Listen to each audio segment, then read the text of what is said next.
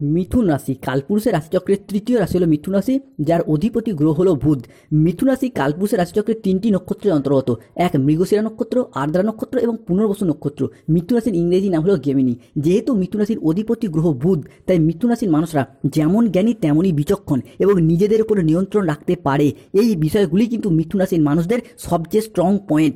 তবে এই যে বিচক্ষণতা, এটা অনেক সময় নষ্ট হয়ে যায় এবং অন্য মানুষের দ্বারা প্রতারিত হয়ে পড়েন এই মানুষরা। অপমান, বদনাম, মিথ্যা অজুহাত, লাঞ্ছনা, যন্ত্রণা সহ্য করতে হয় মিথুন রাশির জাতক জাতিকাদিকে।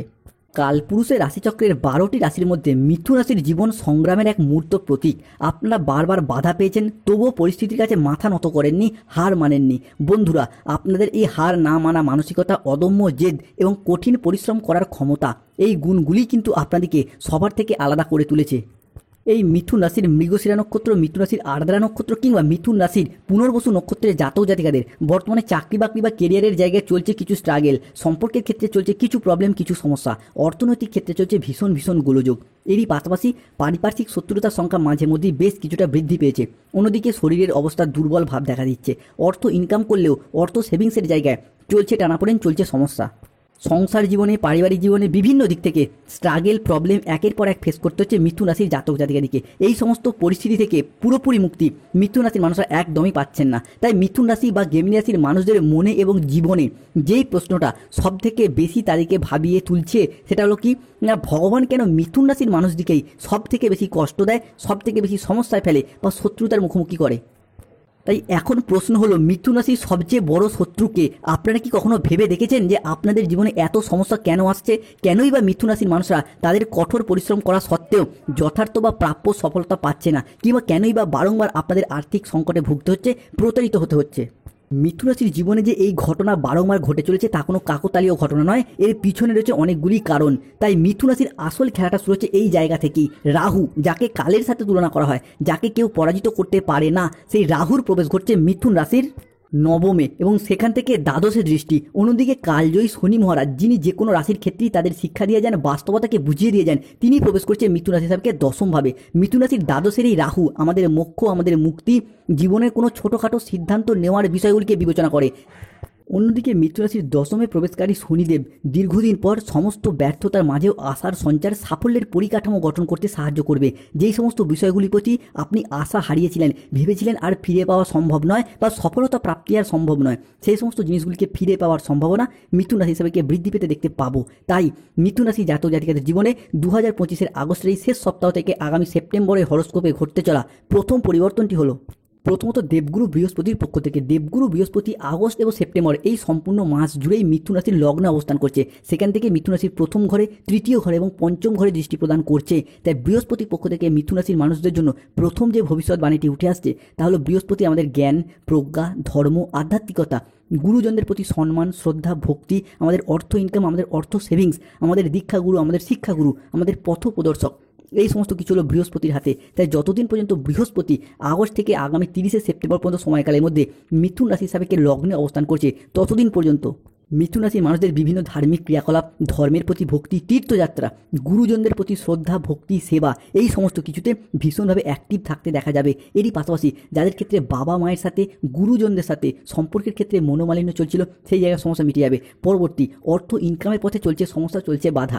মিথুন রাশির জাতক জাতিকাদের ক্ষেত্রে অনেকে কর্মের জায়গায় চাকরিহারা, কর্মহারা হয়ে বাড়িতে বেকার বেরোজগার বসে রয়েছেন, কিংবা অনেকে কাজের চাপে কাজ ছেড়ে দিয়েছেন বা ছেড়ে দেওয়ার কথাও ভাবছেন। তাদের সেই কর্মের জায়গাটা কিন্তু পরিবর্তন আসছে। নতুন নতুন কর্মের অফার, কিংবা বন্ধুবান্ধব, আত্মীয় স্বজন, কুটুম্ব বা পরিবারের সাপোর্ট সহযোগিতা, কিংবা যে কোনো দিকের যোগাযোগের মারফত কর্মের জায়গায় পরিবর্তন আসতে চলেছে। অনেকে অর্থ ইনকাম করলেও টাকা পয়সাগুলিকে সঠিকভাবে জমিয়ে রাখতে পারছেন না। হঠাৎ হঠাৎ খরচ বৃদ্ধি পেয়ে যাওয়া, আয় ব্যয়ের মধ্যে সঠিকভাবে হিসাব বজায় রাখতে পারছেন না, তাদের ক্ষেত্রে সেই জায়গায় এরপর পরিবর্তন আসতে চলেছে। মিথুন রাশি হিসাবে বৃহস্পতির পক্ষ থেকে দ্বিতীয় যে ভবিষ্যৎবাণীটি উঠে আসছে, তাহলে বৃহস্পতি যেহেতু প্রত্যেক মানুষের বারচার্টের নৈসর্গিক শুভ গ্রহ, তাই এই বৃহস্পতিদেব প্রত্যেক মানুষের জীবনে কিছু না কিছু শুভ ফল দিয়েই থাকে বা শুভত্বের সাথে জড়িয়ে থাকে। তাই বৃহস্পতির মতো এমনই একটি গ্রহ যখনই মিথুন রাশি বা মিথুন লগ্নের সাপেক্ষে দৃষ্টি প্রদান করছে, যার ফলে এতদিন ধরে আপনারা যে অসফলতার মধ্য দিয়ে যাচ্ছিলেন, যে কোনো কিছু করে দেখানোর দিক থেকে শুভ ফল পেতে ব্যর্থ হচ্ছিলেন, কোনো কাজ করছেন কিন্তু শেষ মুহূর্তে গিয়ে কাজটি ভেস্তে যাচ্ছে, বা আপনি কোনো পরিকল্পনা মাফিক কাজ করতে চাইলেও সেটা করতে পারছেন না, সেটা চাকরির ইন্টারভিউ হোক, ব্যবসার ক্ষেত্রে হোক, কেউ কোনো পরীক্ষায় শেষ মুহূর্তে গিয়ে হাফ নাম্বার, 1 নাম্বার বা পয়েন্ট নাম্বারের চিরকালের জন্য বাদ চলে যাচ্ছিলেন, যে কোনো দিক থেকে একটা অসফলতা, একটা ব্যর্থতা ঘিরে রেখেছিল মিথুন রাশির জাতক জাতিকাদিকে, বৃহস্পতি আশীর্বাদে সেই জায়গার সমস্যা মিটে যাবে, ভীষণভাবে শুভ ফল প্রাপ্ত করতে পারবেন। তাই নিজেদের ক্রিয়েটিভিটি, নিজেদের সৃষ্টি, নিজেদের প্রতিভাকে জগৎ সবাই মেলে ধরার সময় এসেছে। এরপর বৃহস্পতির আশীর্বাদের পর আপনার সাথেই থাকতে চলেছে, যে কোনো কাজের ক্ষেত্রে একের পর এক সফলতা অর্জন করতে পারবেন। বৃহস্পতির পক্ষ থেকে মিথুন রাশির মানুষদের জন্য তৃতীয় যে ভবিষ্যৎবাণীটি উঠে আসছে তা হলো বৃহস্পতি মিথুন রাশির লগ্নে অবস্থান করে পঞ্চমপতি এবং অষ্টমপতি হিসাবে দৃষ্টি প্রদান করছে। জ্যোতিষশাস্ত্র অনুসারে ভাবপতি ভাবকে দেখলে ভাবের বৃদ্ধি হয়। এখানে পঞ্চম উচ্চশিক্ষার প্রতি এবং অষ্টম গবেষণার প্রতি হয়ে বৃহস্পতি মিথুন রাশির ভাগ্যভাবে বসেছে। উচ্চশিক্ষাভাবে শুভ দৃষ্টি প্রদান করছে 2025 সালে দাঁড়িয়ে আগস্ট ও সেপ্টেম্বর এই দুটি মাসের মধ্যে। তাই এই সময়কালের মধ্যে স্টুডেন্ট হরস্কোপটা আগস্ট ও সেপ্টেম্বর ভীষণ গুরুত্বপূর্ণ হতে যাচ্ছে। তাই এই সময়ের মধ্যে তরুণ প্রজন্মের মানুষরা যদি কোনো উচ্চশিক্ষা, কোনো গবেষণামূলক শিক্ষা কিংবা যে কোনো শিক্ষার প্রতি মনোনিবেশ করেন, তাহলে সেটা মিথুন রাশি বা মিথুন লগ্নের মানুষদের জীবনে মজবুত ভাগ্য গঠনের ক্ষেত্রে ভীষণ সহায়ক হয়ে উঠবে। উচ্চশিক্ষা লাভের জন্য বাড়ির বাইরে যাওয়ার সুযোগ সুবিধা এগুলিকেও দেখতে পাওয়া যাবে। এরই পাশাপাশি যারা সঙ্গীত, স্থাপত্য, চিত্রকলা, ভাস্কর্য বিভিন্ন প্ল্যাটফর্মের সাথে যুক্ত রয়েছেন, তারাও কিন্তু এরপর এগিয়ে যেতে পারবেন। নিজেদের ক্রিয়েটিভিটিগুলিকে জনসম্মুখে তুলে ধরার সুবর্ণ সুযোগ আসতে চলেছে। মিথুন রাশির ক্ষেত্রে বৃহস্পতির পক্ষ থেকে পরবর্তী পরিবর্তন হলো পঞ্চম ঘরে দৃষ্টি প্রদান।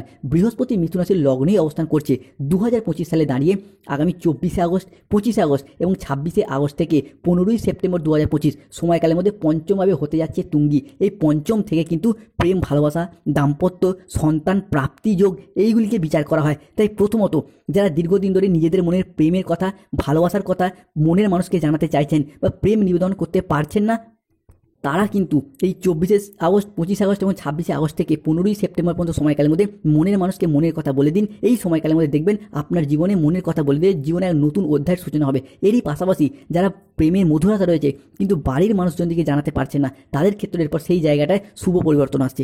প্রেম থেকে পারিবারিক স্বীকৃতি প্রাপ্তির পূর্ণ সম্ভাবনা মিথুন রাশির ক্ষেত্রে দেখতে পাবো।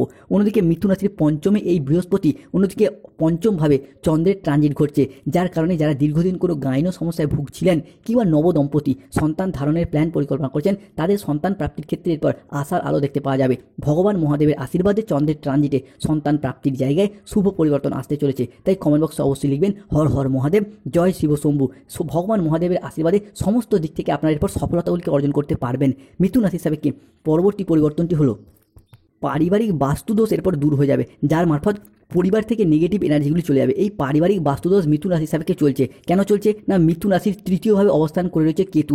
এক কেতুকে সন্দেহের কারক গ্রহ বলা হয়, কেতুকে সংসারে অশান্তির কারক গ্রহ বলা হয়। অন্যদিকে মিথুন রাশির নবমে রাহু, রাহু একদিকে যেমন শুভ ফল দেয়, অন্যদিকে কিছু ক্ষেত্রে সচেতনতারও ইঙ্গিত দেয়। তাই প্রথমত কেতুর এই তৃতীয় ভাব, রাহুর নবম ভাব, যার কারণে চলছে পারিবারিক বাস্তুদোষ, যার জন্য হঠাৎ পরিবারের মানুষজন অসুস্থ হয়ে যাওয়া, কোনো দুর্ঘটনার কবলে পড়ে যাওয়া কিংবা শরীরে একবার যে রোগ বাসা বাঁধছে সারতে অনেকটা সময় লেগে যাচ্ছে, স্বাস্থ্যের জায়গায় একটা ডিস্টারবেন্স মাঝে মধ্যেই লক্ষ্য করা যাচ্ছে, সংসারে, সমাজে, অফিসে, কর্মের জায়গায়, পাড়া প্রতিবেশীগত দিক থেকে একটা শত্রুতা, একটা চাপ, একটা ষড়যন্ত্রের শিকার হতে হচ্ছে এই রকম পারিবারিক বাস্তুদোষ চলার কারণে। এরপর সেই জায়গার সমস্যা মিথুন রাশি থেকে মিটে যাবে। প্রথমত পিঠে ব্যথা, পেটে ব্যথা, ঘুমের সমস্যা, হজমের সমস্যা, হাড় ও দাঁতে ব্যথা কিংবা স্বাস্থ্যের জায়গায় যে ইনফেকশন জাতীয় যে সমস্যাগুলি চলছিল সেই জায়গার সমস্যা মিটে যাবে। যে কোনো ক্রনিক রোগে যারা আক্রান্ত ছিলেন সেই জায়গা থেকে এরপর ডেভেলপ করতে পারবেন। স্বাস্থ্যের জায়গায় শুভ পরিবর্তন আসছে, সুস্বাস্থ্যের একটা অধিকারী বা অধিকারিণী হতে পারবেন।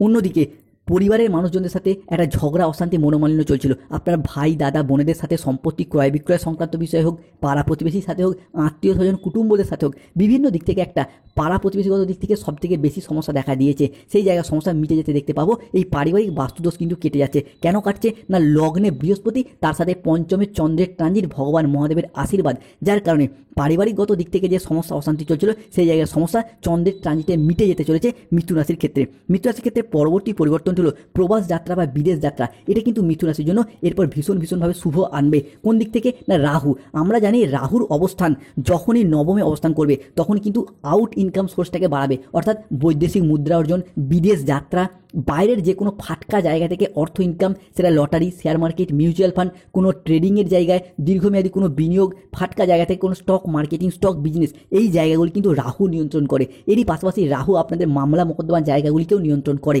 তাই এই মুহূর্তে নবমের রাহু আপনাকে বিদেশ যাত্রা ঘটাবে। যারা দীর্ঘদিন যাবৎকাল কর্মসূত্রে দূরে যেতে চাইছেন, কর্মসূত্রে বাড়ির বাইরে যেতে চাইছেন বা বিদেশে যাত্রা করতে চাইছেন, তাদের জন্য রাহুর এই ট্রানজিট নিয়ে আসছে এক কালজয়ী পরিবর্তন। আসতে চলেছে বিদেশ যাত্রার এক আদর্শ সময়। এরই পাশাপাশি অমীমাংসিত যে কোনো বিষয়বস্তুগুলির ক্ষেত্রে, শত্রুতার কবলে পড়ে যাওয়া কোনো সমস্যাগুলির ক্ষেত্রে আপনাকে এরপর আলটিমেটভাবে শক্তি যোগাবে এই রাহু।